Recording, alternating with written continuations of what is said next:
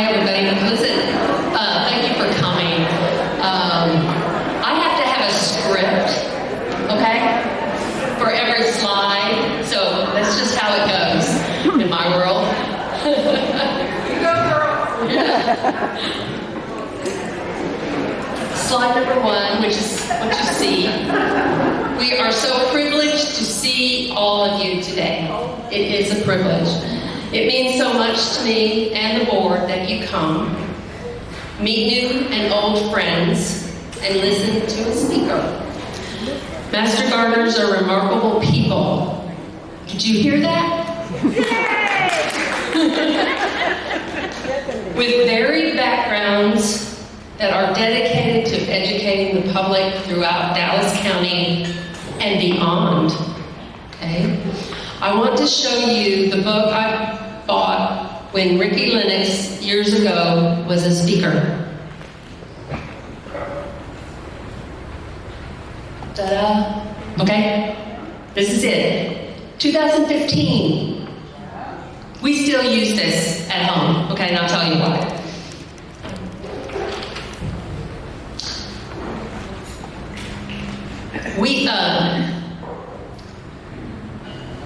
We have two, my family, we have 2 cattle farms. We call them farms. They're, that's just what they are. We need information that Ricky gives if plants are poisonous, have a good or not so good forage for cattle and deer, and if we can plant them in our gardens. So things in here can be planted in your garden, okay? Let me give you an example. This is easy to understand. Cattle can eat wine cup.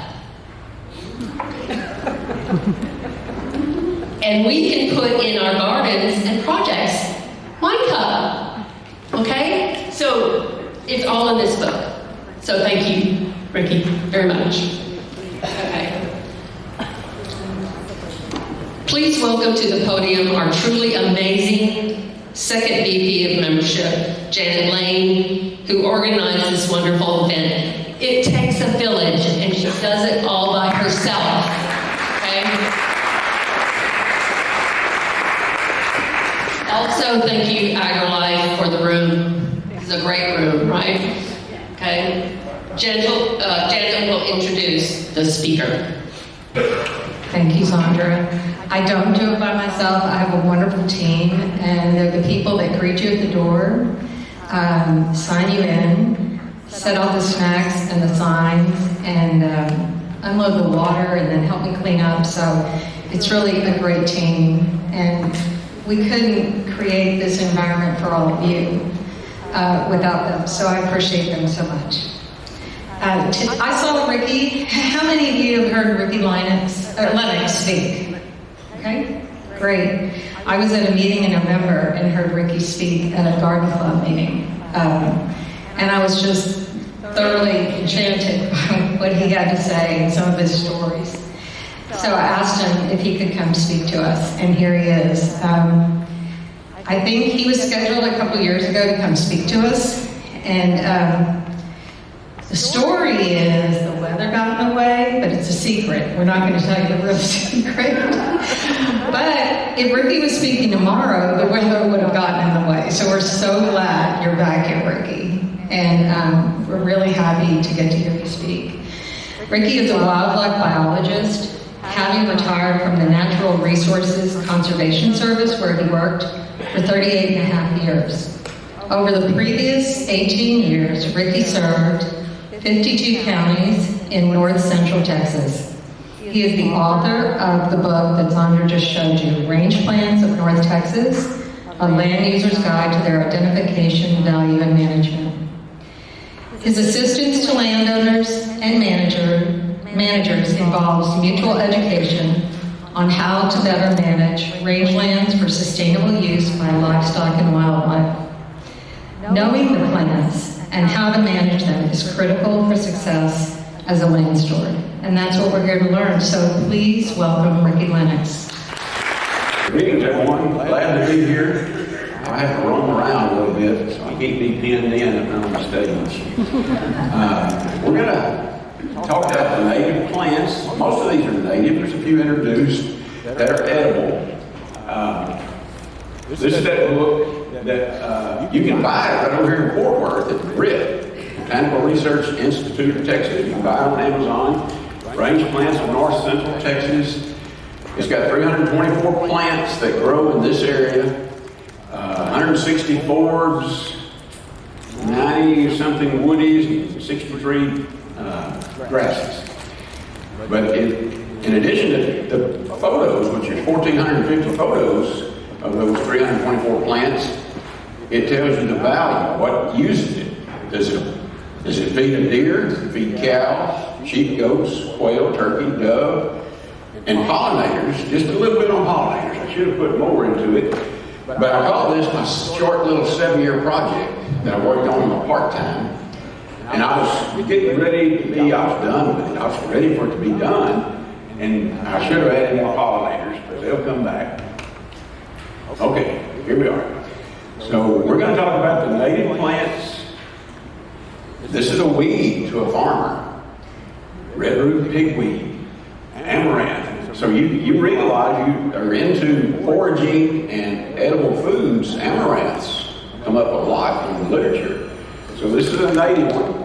This is a new growth. Green leaves have that little silvery V-shaped growth on them. Here it is. It gets the name red root because this red coloration on the stem goes all the way from the root up to the stems. And it is a weed, no doubt. But these seed heads mature, and you can harvest the seed, cook it like oatmeal. The seeds, if you look at them individually, they're like a flattened Skittles or an M&M candy, but they're black and shiny. And easily harvested. If you take a pack of those seeds home with you, you will never run out. Now, tumbleweeds. We want to eat a tumbleweed that looks like this.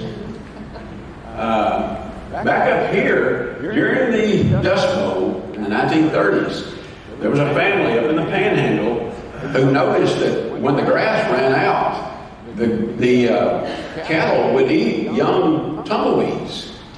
And so they decided, well, we're going to gather tumbleweeds, put them in the feed troughs, pour a little salt on them, and entice them to eat more, because that's all they had to eat.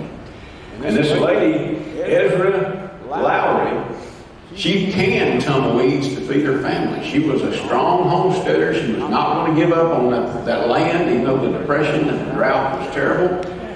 And she said, we have food here and a roof over our heads. I'm not going to put my family in the soup line. And so here's a skillet of tumbleweeds. Believe it or not, cooked as greens. Now here's a weed that's invasive. Bastard cabbage, or in polite circles, just wild mustard, but it's actually bastard cabbage. These flower heads are a brilliant yellow, almost tinging toward the bright yellow that you see fonts on PowerPoint and things, that brightest yellow color. That's what those flower heads remind me of. The flower heads can be eaten raw, seed pods eaten raw. Flower heads can be eaten raw or cooked, and the tender leaves down here can be cooked. And a lady down at Hyco, during COVID, they bought 200 acres, moved out of Houston, moved on to that 200 acres, and she foraged. And we did a wildlife contest for high school kids on her land there, and she let us sample some of the potato chips that she made from bastard cabbage.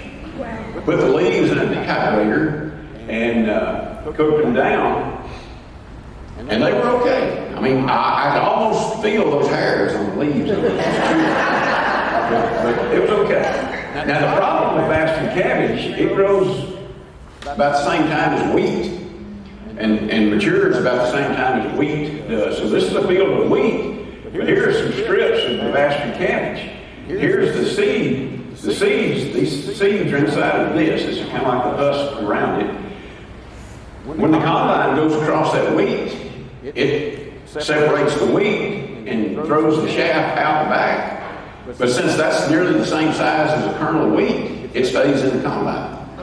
So if a farmer is buying gin run or combine run seed, you're liable to get some of this. So it is a bad little plant.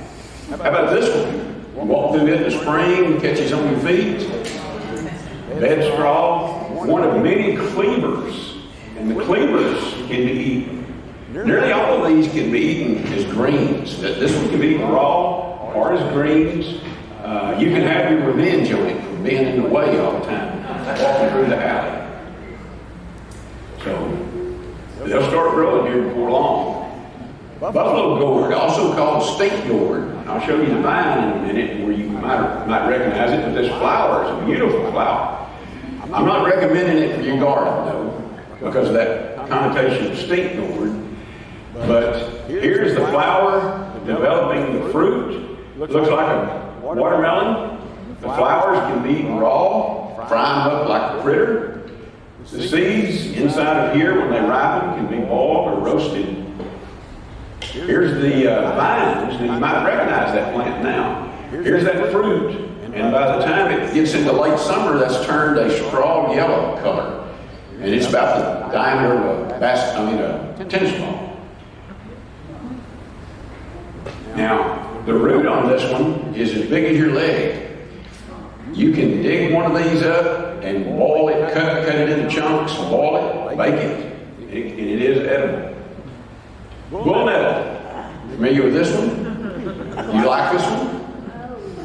Everything on that plant right there, except for the flowers, has got thorns or stickers.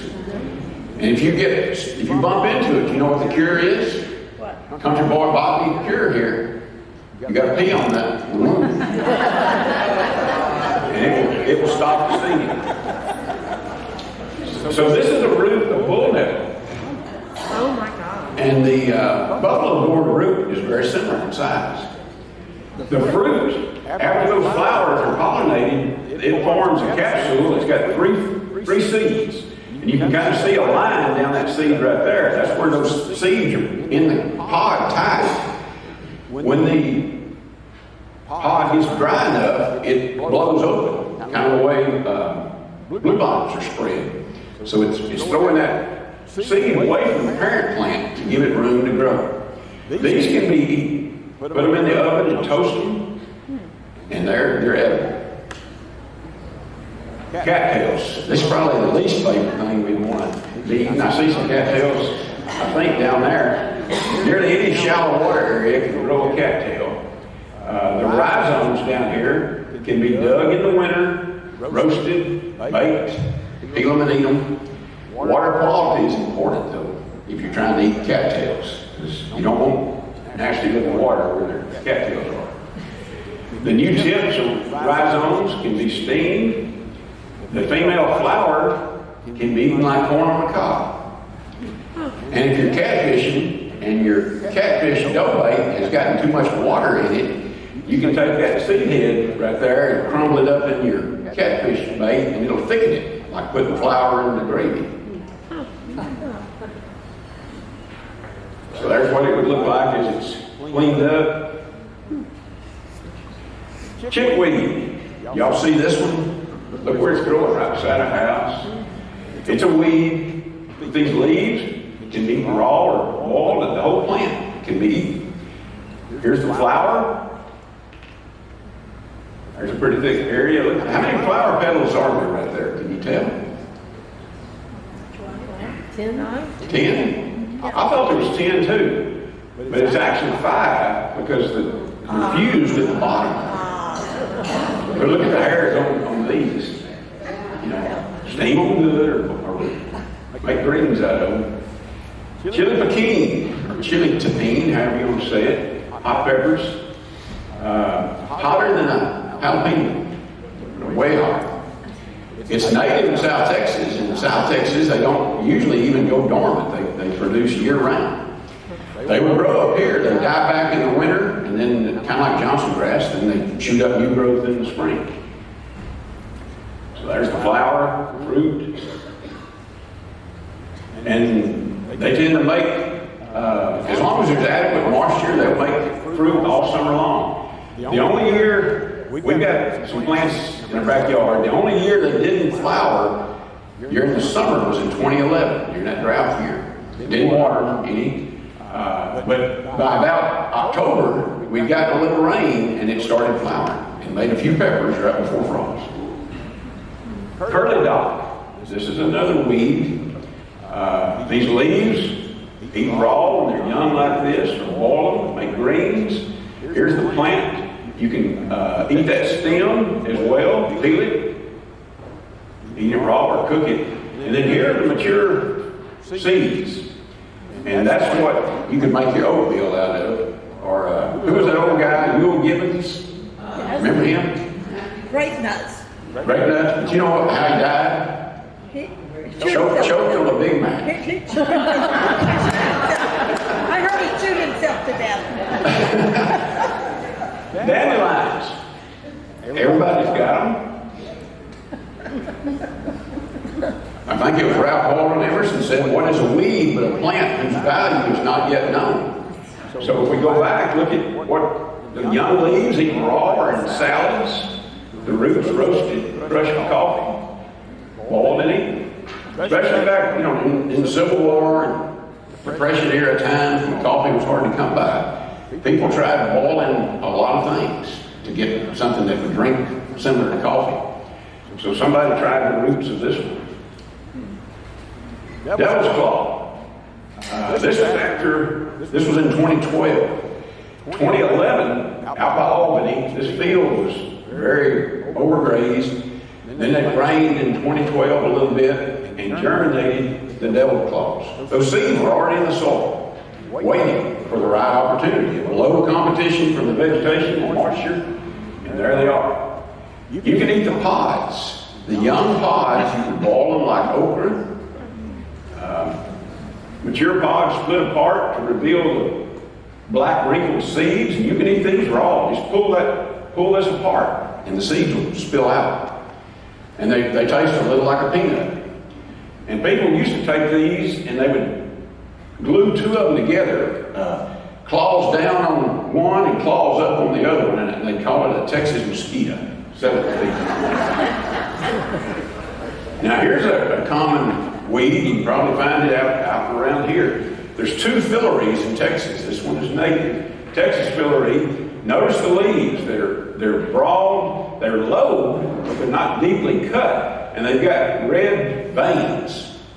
So this is Texas phyllory. Eat it raw or turn it into greens. And right now, this is about the size they are right now. This would be about March when they're in flower. So there's Texas, and here's California phyllory. The leaves on this one are deeply cut, deeply dissected, and the flowers are a little paler in color. They both will produce this type of seed head, and it's also got the name of Starksville because that looks like the head of a stork. And everything eats this in the wintertime because it grows in the winter when there's very few other green plants available. So cattle eat it, deer eat it, quail eat the leaves, quail eat the fruit that's inside of this. So it's a good plant all the way around. Henbit. You might have been fighting this one in your yard. Take revenge and eat some of it. Eat it raw, boil it like greens. Wouldn't that right there look good on a salad? That adds some color to a salad. Horehound. All of this right here. Anywhere that a herd of sheep has laid down, there will be horehound. Because it gets in their wool, and as they walk around, they lay down, it falls off, and there will be horehound there. And it's also nearly always found on upper areas in a pasture where it's open and the wind blows. So they're trying to stay cool, but that's where they'll bed down. The leaves have got a deep green texture to them, really wrinkled, deep texture, almost like a 3D effect to those leaves. The stems are silver. I've got one more. No. There's that texture in the leaves. Now, there's I've got a different slide that I don't have in this presentation. I want to give you two homework assignments to go to YouTube and look up some videos. One of them is called Opal Hunt, O-P-A-L Hunt. And she was an old maid in Bradshaw, Texas, ran the Aldra Mercantile that her dad started in 1905. She was 2 years old. She passed away when she was 103. But she ran that mercantile, and then in her probably the last 40 years that she had it, she didn't sell anything except for soda pop and candy. But it was stocked with antiques. There's 3 parts on that story with Bob Phillips. One where he's there 15 years earlier, one when they have the sale of all her treasures, and then one when Bob surprises her with a gift that was hers, and they bought it and had it fixed up. But I would go into that store a couple times when I was there. I worked in Abilene 14 years, and I'd stop down there and get a soda pop, talk to her. And she sat by an old heater in front of that store. The store was as big as this room, and had one gas heater in the corner by the front. And but she'd give you a tour, and we were talking about plants, and she said, "Well, come back here into the back." This was where kind of like a supply area in the back of the store, closed off to the other people. And there in the window was 2 potted plants of horehound. And she said, "I'll make my horehound cough drops out of that." So, but Audrey, Opal Hunt. Now, plantain, it's also called tallow wheat. This is like the filiaries. It grows during the winter. Everything eats it. Here's the seed head of this plant, which is called red seed plantain. Big, broad leaves. I read somewhere that you could take that leaf, crush it up, just crush it, don't tear it apart, put it on a sticker, and it would lift the sticker out. Now, I tried it one time. Now, the leaf that I tried it with did not have a lot of moisture, and that might have been the difference, but it didn't lift the sticker. But it's reported to. Here's some horse herd back here in the background. Now, that's one plantain. Here's another one, different growth. It has narrow leaves. Often goes by the name of buckhorn plantain. But you can eat the pods and the leaves raw or steamed. Poke salad. Here's the other homework assignment. You've got to look up a YouTube of a song called Poke Salad Annie. Tony Joe White, a Louisiana Cajun, passed away a few years ago, but he sang the song Poke Salad Annie. The trouble with this plant is it comes up in disturbed areas. If you burn a brush pile, you didn't have this before, but you burn that brush pile, it comes up in the ashes. So it just shows up sometimes because of heat, I guess, and fire. But you can take these young leaves and boil them in water, and you can make greens, turnip greens, or poke salad, as it's called. There's only one problem with it. It's highly poisonous. So you have to boil it, dump that water out. You boil it a second time, and somebody ate it, and it still killed them. Killed them with one boiling, it killed them with 2 boilings. So they boiled it a third time, and it was safe to eat. Would you like to be the person that said, "Here, try this"? So that's what it looks like when it's young, and it is edible. You just have to change the water. That's the plant in its maturity. Also has red stems, has black berries. Birds spread this plant everywhere. And it has a huge root on it too, kind of like the buffalo gourd and the bullnut. Poke salad. This is one that I tried 40 years ago because I read about it. We happened to have it. We were living near Snyder at the time. And it was out in the pasture, salsify, also called goat's beard. You take the root, you scrape it, cut it into little half-inch chunks, put it in milk, bring it to a boil, simmer it till it thickens, and it tastes like oyster stew. It really does. Interesting. There's what the flower looks like. You're going to recognize it. Let's go forward. There's the seed head. You've seen that, haven't you? And it's perennial, so if you remember where you saw it, you can go back and dig that root. Don't get all of it, though. That's part of the ethics of plant harvesting. You don't take all. But it is certainly edible. Probably the best thing that I've shown you. Sow thistle. You can put the young leaves in the salad. Yeah, you may not like it, but as a plant, but it is edible. So you can make use of it, boil the old leaves like greens. The stems, like this, can be peeled and eaten. So there it is, you recognize it for sure now. Sow thistle. And again, the leaves, boil them, make greens out of it. I bet there's going to be a shortage of salt pork in this town when everybody goes home and starts finding something that they can cook with greens. You need some salt pork to go in it. Wood sorrel, also called yellow wood sorrel. The leaves can be eaten raw or in salads. Root, eaten raw or cooked like carrots. Now, I'll give you a little background on this one. The scientific name, the genus, is Oxalis. And when you taste the leaves, it's an immediate bitter taste, like a sweet tart, bitter. You're tasting oxalic acid.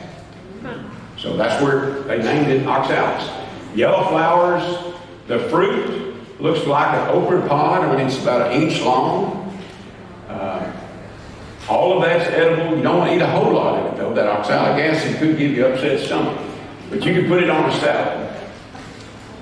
Now, the part about cooking it like carrots, it doesn't have a carrot root that goes down. It has a horizontal root. So I'm not sure that's going to, stand up to being cooked very hard, but that's what they say you can do with it. Or somewhere they may grow it where it has a vertical root. I don't know. Wild onion. If you disturb it, break a leaf off and smell of it, and it smells like an onion, then that is a wild onion. But if it looks like that, with the coloration and the flower arrangement, and it doesn't smell like an onion, that'll be one called crow poison.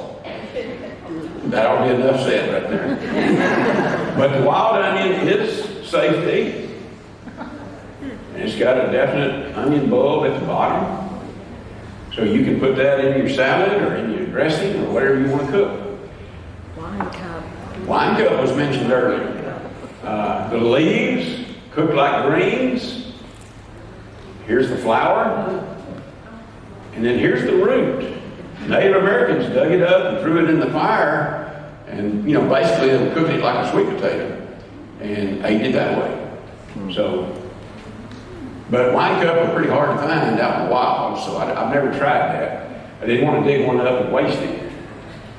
Let's talk about some woody plants. Algerita, or you may call it agarito, algerita, it's pronounced different ways. This looks like a holly bush. It's evergreen, doesn't get very big. It's about big as they get right there, 4 or 5 feet tall, 6 foot across. But if you're wanting some evergreen color in your garden, Algerita is a good one. The ripe berries, eaten, made into jelly or wine. Grind the dried seeds into coffee. Here's a close-up of the new growth in the spring. Now notice back here, it's got all them sharp spines. And there's sharp spines right there, but they're not sharp. Those reddish-colored leaves in the early spring are about the consistency of tissue paper. You can just wad it up in your hand. It won't stick to you. So you can pull that off and put that in your salad. If you can beat the deer to it, because that's what they're out there doing too, is eating those tips. Here's the berries. Are you going to pick that one berry at a time? How did they get enough berries to make jelly? Well, the homesteaders figured out that if they took the wagon sheet off their wagon, the canvas tarp, spread it around the plant on the ground, circle it up, take sticks, and knock the berries off onto the canvas, then you just pick the canvas up and you've got your berries. That's the safe way to harvest them. The problem with these is they flower in February, tiny little yellow flowers. And if we have a late freeze, which we often do, you don't make any fruit that year. But some years we do make fruit. American beautyberry. The ripe berries are eaten raw or made into jelly. The leaves repel mosquitoes. Back in June, my wife and granddaughter and I went to southeast Texas, Big Thicket area, and we were walking around on a 12-acre plot that you can go to free. It's open to the public. It's named the Geraldine Watson Rare Native Plant Preserve. She's gone now, but it's still open. And we had walked about 50 yards from the truck, and the mosquitoes were eating us up. My wife, I had my camera with me in my camera bag. She said, "Do you have any spray in your bag?" I said, "No, I don't ever use it." And she said, "Well, let's go back to the truck." So she took Landon, they went back to the truck, and I was hoping they would bring it with them when they came back. They sprayed at the truck and left the can. So I happened to see a little bit later a beautyberry, and I took a couple of leaves, crushed them up. I always wear long sleeves, so I rubbed them on my hand and then around my ears. That's where a mosquito bugs me. And it does repel mosquitoes. You can rub it on a horse and it'll keep the horse flies away. You can eat those berries. Yeah. They got seeds in them, so buy it easily. But did any plant more deserve the name beautyberry than this one because of those magenta-colored fruits? Yeah, beautiful. Ash juniper. The berries can be eaten raw a few at a time. You've got ash juniper in this county. You got to go down to Cedar Hill area to see it. And there used to be golden cheek warblers there too, back in the day. You can add the crushed leaves to apple cider vinegar to make an infusion or something you can take as a tonic. Now, there's no story that a guy had allergies and somebody told him, "Well, if you'll eat cedar berries, it'll cure your allergies." He said, "You eat one berry on day 1, and by day 30, you eat 30 berries." And somebody else heard about that, and they saw the guy that was eating berries after that 30 days was up. They said, "Well, did that help your allergies?" And he said, "I don't know, but I sure got tired of eating berries. They don't taste very good. They're bitter." But what alcoholic beverage is made from the berries of ash juniper? Gin. I knew you know that. Yeah, so they do make gin from it. The old ash juniper trees that were dozed down in the hill country 30, 40 years ago, they would let them dry, and then they would have crews come by and take just the roots and crush it. And they had a plant down there. They could crush the roots, chemically subtract the oils out, and they would get cedar oil that would be used in perfumes. And if you look at a bottle of Vicks Vapor Rub, oil of cedar is the first it's one of the I don't know if it's inert. It's they've got the active ingredients and then other ingredients, and it's the first other ingredient. That's where it gets the smell. Dewberries. The flowers and young leaves can be boiled into a tea. You got to watch about dewberries though, because what lives in the dewberry patches? Snakes. Why are the snakes there? Black racer. Because the mice and small animals are eating the berries. So you got to be careful picking dewberries. But you can make a tea from the leaves. Here's the fruit. Which one's ripe? Is this one ripe or is that one ripe? The dark one. Yeah, the blacker the better. So that's the ones you got to let them wait a while. Elderberry. You heard of elderberry syrup? This plant likes to grow along the water's edge, creeks and rivers. There's the flowers. Notice how many individual little flowers there are. Here's the leaves, opposite growth. But those flowers will then turn into fruit. So there's hundreds of little fruits on each one of those stems. This is on the Leon River here, and that's where it likes to be. But elderberry is a great preventative. You can make your own if you can find the plant, or grow it and make your own elderberry syrup. I made some. Here's another woody plant if you like evergreens. So it does not have any leaves. All it has are those green stems. But you can pick the stems any time of the year since they're always green. Steep them in hot water and you can make a tea. Now, the scientific name is Ephedra antisyphilitica. Anti-syphilis. Another common name, Mormon's tea. Draw your own conclusions. Here are the stems, the new growth. Here's the old growth right here. It does have seeds, but they're formed in May. That's when they're produced in May. And quail eat them then, but we don't ever see them in quail crops come hunting season because they've already been eaten. So that's an evergreen, really desirable native. Sumacs, this is our color, where if you go to the northeastern United States to see the fall colors, you just look around some of these native prairies here in Texas, and we've got sumacs that give you nearly as good a color.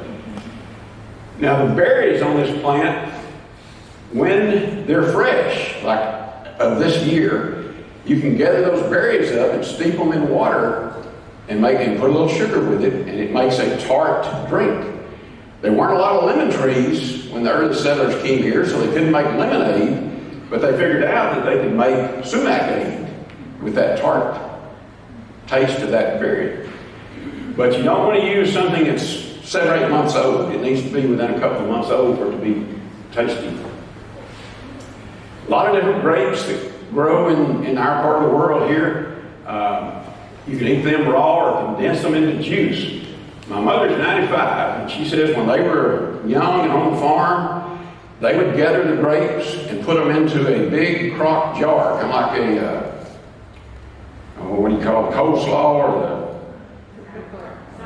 the sauerkraut. Yeah, big old sauerkraut crock. They would take the condensed, just the mashed up fruit, and if they got tired of drinking milk or water, which is all they had to drink, or coffee, they would put a little of that juice in some water and add sugar to it, and they had a great drink. So you can make your own that way. Greenbrier. Not one plant we usually think of as desirable, but you can eat those, or you can chew the berries. You're chewing the skin, spitting out the seeds. So you can do that. And then also, right here on the new growth, every spring you can go out and eat greenbrier. And it'll have 30 to 32% crude protein in those new tips. It may show a thorn up there, but that thorn will be soft. Now down here you can see the different coloration. That's old growth. That's going to be hard and tough. But here's new growth right here. It's usually kind of a milky white, milky green color, and you can snap it off. And for whatever reason, 5 or 6 of those about that long, eat those and it'll kill hunger pains for several hours. I don't know what's in it, but it does. Hackberry, common plant. The berries are sweet. The skin is. They got a big seed inside of them, but you can chew that, spit it out, help plant more hackberries. That's what the birds do. Most of them are not digesting those actual seeds. Here's another introduced plant, Japanese honeysuckle. Used to be used as a landscaping plant back 70 years ago. But the individual flowers, as they open, they've got a tubular bottom, and if you break one off right there, there's a swollen spot at the bottom. Pinch it right above that and hold the tube in your other fingers, and you pull on it, you'll pull the stigma down out of the tube. And there will be a drop of nectar come with it. Sweet, sweet nectar. That's a pretty good sized mesquite tree. See that guy sitting there? This is out in the Moran area, near Bayard, between Bayard and Eastland. The young green pods of mesquite can be eaten raw. Mature dry pods, very important, picked off the trees can be ground into flour. Don't pick them up off the ground because they'll have weevils in them. Unless you like extra protein in your flour. But you can buy mesquite flour. It's about $15 a pound. You can cook with it. And it gives a nutty, smoky taste to cookies, oatmeal cookies. So there's the young green pods. That's the one you could eat. These are the ones you'd be wanting to pick for getting the flour. And they say, I've never made flour, but people that do this, they go to a tree and they find one of those mature pods, they break it open and they chew on it. If it's sweet, they'll gather the pods. If it's not a sweet taste, they go to another tree. So it pays to be in an area where you've got a lot of choices. Prickly pear, we've got a lot of choices here because we've got the young pads, which is actually not any in this photo, but think of a pad right here, only being about the silver dollar size or a little larger. You can cook those. They'll have little thorns, spines beginning, but they won't be hard. Cook those, slice them up, and put it into your food. If you've ever had the true carne asada, it comes with nopalitos sliced up. They're canned, but it comes with them. You can take the fruit. Now here's the flowers. This white part that you see, that's the top of the tuna where the flower fell away. There's one right there, easy to see. So you can take the ripe tunas like these, make them into a smoothie, dry the seeds, roast them, or use them ground up. Here's a pod that I found where something had eaten it. Everything eats those pods, from coyotes on down to all the birds. The seeds, individual seeds, always reminded me of a small pancake set on top of a larger pancake. That coloration and that shape. Redbud. Here's a full-size one. That's a big one in the cemetery down near Lampasas. Huge tree. Normally they're 6-7 foot tall, but they have pink flowers in the spring. They put on their flowers before the leaves, and you can eat the flowers raw or cook them. And the young seed pods, what does that remind you of? Snow peas, maybe. You can cook those. Now here's one I'd advise you not to mess with, but it is in an emergency situation, you might need Tossahia. Sometimes called turkey pear, because turkeys do eat the little tunas that are on it. But those little tunas, don't worry about these big thorns. Those little ones, called gloikids, right there. Those are the ones that get your skin and you can't dig them out.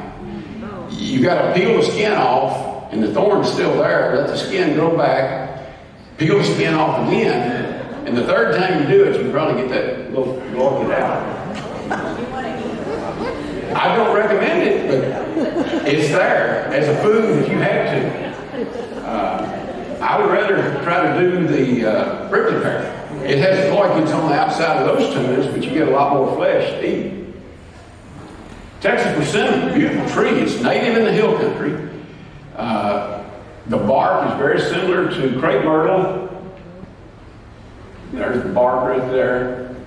But it has these black fruits. They're about an inch in diameter. They'll have flat black seeds inside it. But the taste of it is like molasses. Very sweet. You know, got a nice flavor. But you like to beat the raccoons and coyotes and everything else. They're also out there eating it to get that fruit. But Texas persimmon is a nice one. You can ID it. It doesn't have the fruit.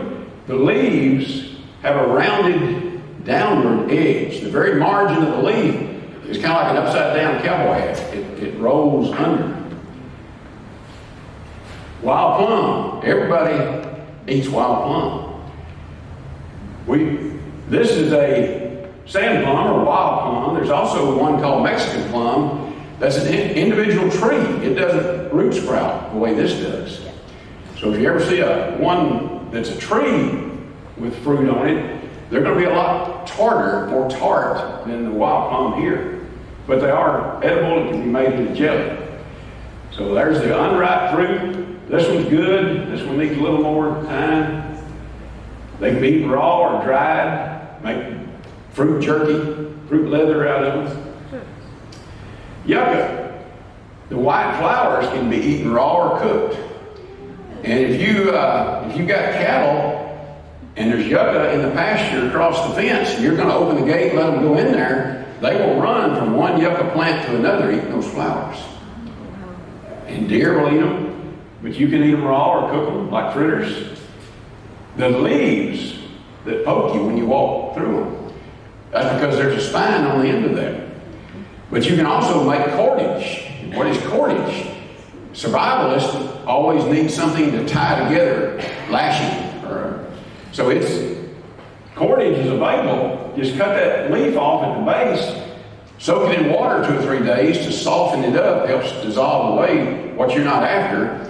Then you pound it between 2 rocks, the whole leaf. And what you're trying to do is dissolve everything except for the fibers that run down. Those fibers are attached to that thorn, so you've got needle and thread right there. Here's probably the best source of information in Texas.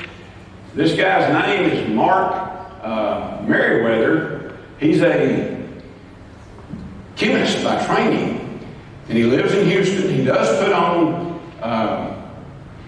foraging trips where he'll take a group of 10 or 15 people out and forage, identify plants for them.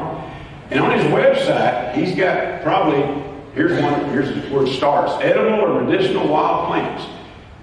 He may have 300 plants listed there that are edible. So a very good source to use. And with that, I'll turn it back over to Janet.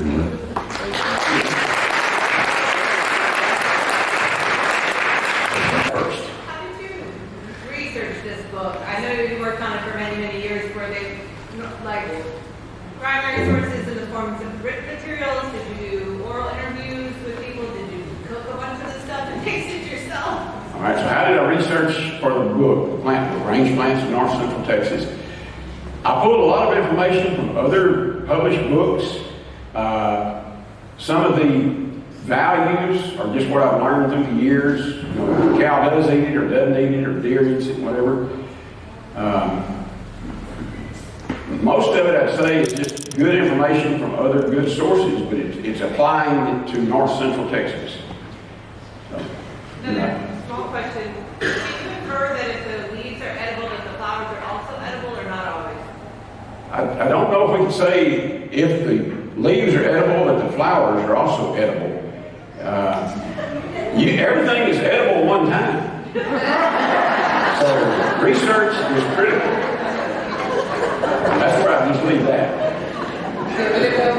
So, specifically on the flowers, the red bud tree, are those flowers edible? Yes, the pink flowers and red bud are edible.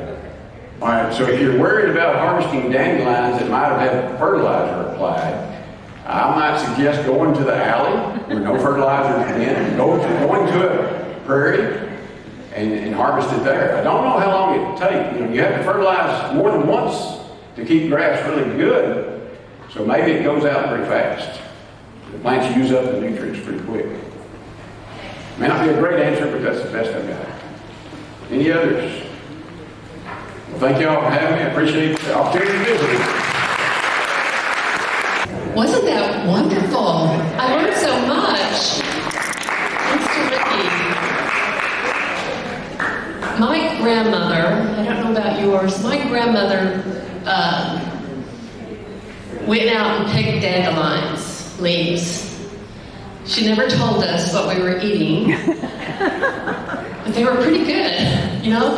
But, you know, when World War II came, I mean, they didn't have a lot of food. So the importance of using, you know, things that grow was important. So in terms, the garden tour is getting closer. Yes, it is. And I hope you are looking forward to this event on May 9th in Oak Cliff. I know you probably have heard this before. I live in Cedar Hill. So does Chandra, okay?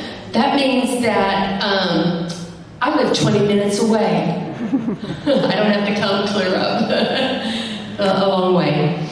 Please stand up if you are part of the organizing team for the garden tour.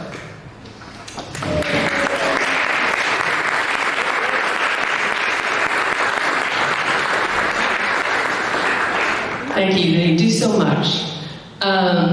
So welcome, Hank. Hello, everyone. It's always so great to get to stand up here and see all your smiling faces all at once. Yes, thank you, Zandra. The Garden Tour Committee is working great guns. I am so blown away about how they are working, in the way they're working. It's really inspirational. So this is just a really quick update. Things are going really well. Fundraising under Ann Huntington is going unbelievably well, but she is not going to slow down. So if you know of anyone or can make any recommendations, we still have fundraising sponsorship forms, and she'll be available, as I will be, after the meeting. Shay Mayberry is doing a killer job. Shay's not here, right? Is she here? I didn't think so. with the silent auction. The silent auction is something we are really focusing on this year as a great way to share the talents of our members.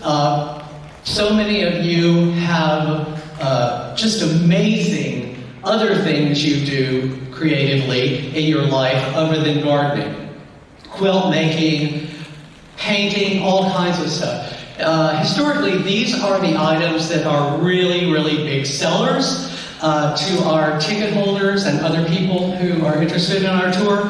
So if you have things like this, if you know people like that, we have now forms for the silent auction. So I'll have those available too. The biggest news, I think, is that on February the 1st, the landing page for the garden tour will appear on the website. Incredible amount of artistry and technical skill has been going into that, and it's just about finished. I think tonight is going to be the last time we really have the big push, and by tomorrow morning it should be all done. As I said, there will be a button to buy tickets, all kinds of stuff like that. In the near future, you will be getting emails, as you know, when you have a Sign Up Genius thing. They will be appearing soon that have to do with volunteering both before the event for helping to get the gardens in great shape, all the way through the day of the tour. There are garden captains, garden docents, speakers, facilitators to help with the tickets, all kinds of great jobs, ranging from A to Z, so everybody has some kind of great capability in those jobs. Let me see, is there anything else I should say right now, garden team members? Mark your calendar. Mark your calendar. Oh yes, we know that. Mark your calendar. If you haven't already, mark your calendar. Anything else? Buy tickets. Sorry? Buy tickets. Buy tickets. Buy tickets, tell your friends, all kinds of stuff like that. But I'm really, really thrilled with where things are at this point. And yes, as Sandra said, we started this on the last day of March last year, and the garden tour was a year and a month and a half away, and I cannot believe we are really within weeks of it when you get right down to it. And those of you who have had homes on the tour before and have participated in the making it happen know what I'm talking about. Cynthia and Jennifer back there like, oh boy. You can see their heads are swimming, and they are. So, okay, great. So, just keep it in mind what you can do for this. Okay. We have a newsletter. A new one. So, where's Georgette? Where's Georgette? Okay. She's one of the editors. We appreciate her. We're really good at this. We want to communicate with master gardeners, but we want to communicate with the public, okay? So we get a lot of people that get that newsletter. So thank you. Carrie's going to come up. Okay? Yeah. Hey everybody, Happy New Year. Who got the first issue of the new Urban Travel newsletter? Who wishes they got it but didn't get it yet? So there's your QR code. Go ahead and sign it with, flash it with your phone, and you can enter your email address, and we'd be glad to send it to you for February. What we'd like to do is involve more of you. And so, for example, one of my colleagues, one of my classmates and I were talking about how interested she is in finding out how we can get more ladybugs. Yeah. So we're going to research, and we're going to write an article about it. So Lorraine is somewhere here in the room. She's going to create a sign-up just for this. There will be 2 articles that are designated, and then there will be a 3rd article that is your choice as the writer. So if you have something that you're passionate about, you're going to get volunteer hours for it. It counts as PKS, and you sign up on the Sign Up Genius, and you are not alone in doing this. Georgianne has been a co-editor for quite a few years, and I'm new at this, but I'm an old hat at publications in general. You don't have to do this by yourself. If you have an idea, we'd be glad to help you do it. So please sign up once you get the Sign Up Genius. You'll write it by the 20th of the month before. It's a short article. It's only about 400 words. So the ones that you saw for this issue, that's all. It's not a lot. And we'll guide you through it. You're not alone. And everybody in this room has something that you're passionate about. So if you have a question that you're interested in researching, let's get the word out. This newsletter is for the public, not just us. So let's demonstrate our expertise. Thanks, everybody. Okay. Our next meeting is February 26th. I would guess the location is still being determined, but don't worry, this venue is not available. We will give you plenty of time to know where it is going to be. But please welcome one of our new board members, Amy Monroe, who will give you the reasons the February is for awards and why they are so important. Hi everybody, I'm Amy. There's a lot to talk about in our meeting next February, and for those of you that don't know me, I am taking over for Sarah Burke. So you've probably still been hearing quite a bit from Sarah related to awards, name badges, pins. She and I are still transitioning, and she's going to be helping with the February meeting. So between now and then, you might be hearing from both of us, but just to tee up what we're going to be talking about next month in that meeting, especially for a lot of newer members, there are some really cool awards that are going to be presented next month. So we have service awards for folks that are in the 5, 10, 15, 20, and 25 year brackets. And this year I think we've got some in the 25. So that's an amazing accomplishment, and we're going to recognize those folks. But there's also some other really cool achievement awards that I think a lot of people may not realize, like, oh man, if I just would have worked a few more hours, I could have gotten that cool award. So I just wanted to make sure that you're aware of what those are.